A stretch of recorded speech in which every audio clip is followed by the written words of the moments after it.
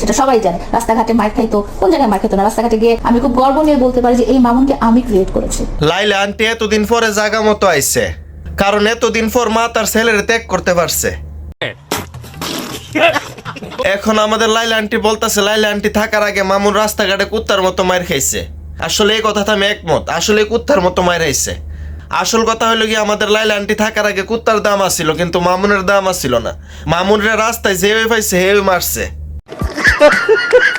একটা কথা আছে, মা বাপের ছায়া হইলো বড় ছায়া। যে সময় টুকায় মামুন রাস্তাঘাটে মার খাইছে তখন তো আর লাইলা আন্টি আসিল না। লাইলা আন্টি আসার পরে মার মতো ছায়া দিছে, ছায়া দিয়ে আগলায় রাখছে, তার ঘরে নিয়ে রাখছে, তারপর কুত্তার মতো মার থেকে বাঁচছে।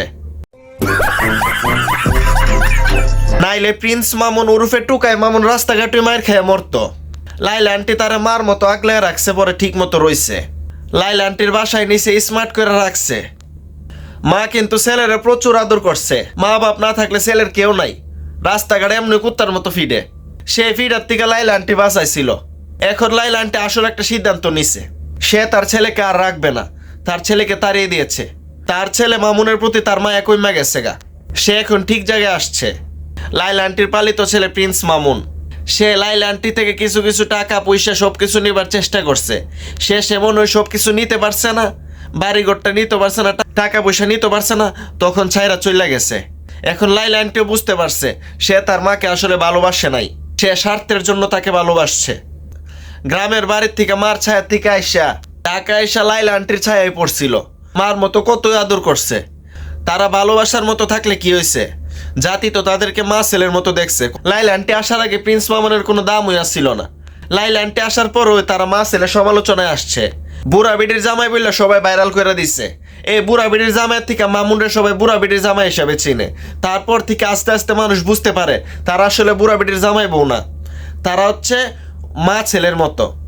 সেই থেকেই টুকায় মামুন তারপর প্রিন্স মামুন হয়েছিল। তার আম্মার বয়সী প্রেমিকের বাসায় ঢুকছিল। এখন প্রিন্স মামুন তার ঢাকার আম্মাকে ছেড়ে তার আসল আম্মার কাছে ফিরে গেছে গা, গ্রামের আম্মার কাছে। সে হলো তার অরিজিনাল আম্মু।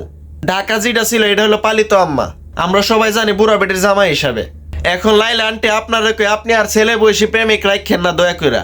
লাইলা আন্টি আপনার বয়সে একটা আঙ্কেলের বিয়া করে বাচ্চা জন্ম দিয়া বড় করে দেখা দেন আমাদের প্রিন্স মামুন রে, যে তোর মতো কত বাচ্চাই আমার হইব, তুই গেলে গা কি হয়েছে, একটা যাইব আরেকটা বাচ্চা হইব। আমার কথা আমি বলছি, যে যে মনে ভাবেন কিছু করার নাই। কথা হলে এখন লাইলা আন্টি ঠিক কাম করছে, কারণ উনি আসলে আন্টি। ওনার লেগে আঙ্কেলই ঠিক আছে, ওনার লেগে কোনো টোকায় মামুন প্রিন্স মামুন ঠিক নাই। তো শেষে একটাই কথা, লাইলা আন্টি আর লাইলা আন্টির ছেলে প্রিন্স মামুন আর লীলা খেলা করো না, লীলা খেলা শেষ করে দাও এখানেই। তুমি তোমার আসল আম্মুর কাছে ফিরে গেছো গা, আর লাইলা আন্টির একটা আঙ্কেলের বিয়া করে সুখে সংসার করতে দাও। যার যার মতো চলো সবাই। তো আজকের মতো বিদায়, এই বিদায় শেষ বিদায় না, আবার দেখা হবে। সবাই ভালো থাকবেন, সুস্থ থাকবেন, লাইক কমেন্ট সাবস্ক্রাইব করে পাশে থাকবেন।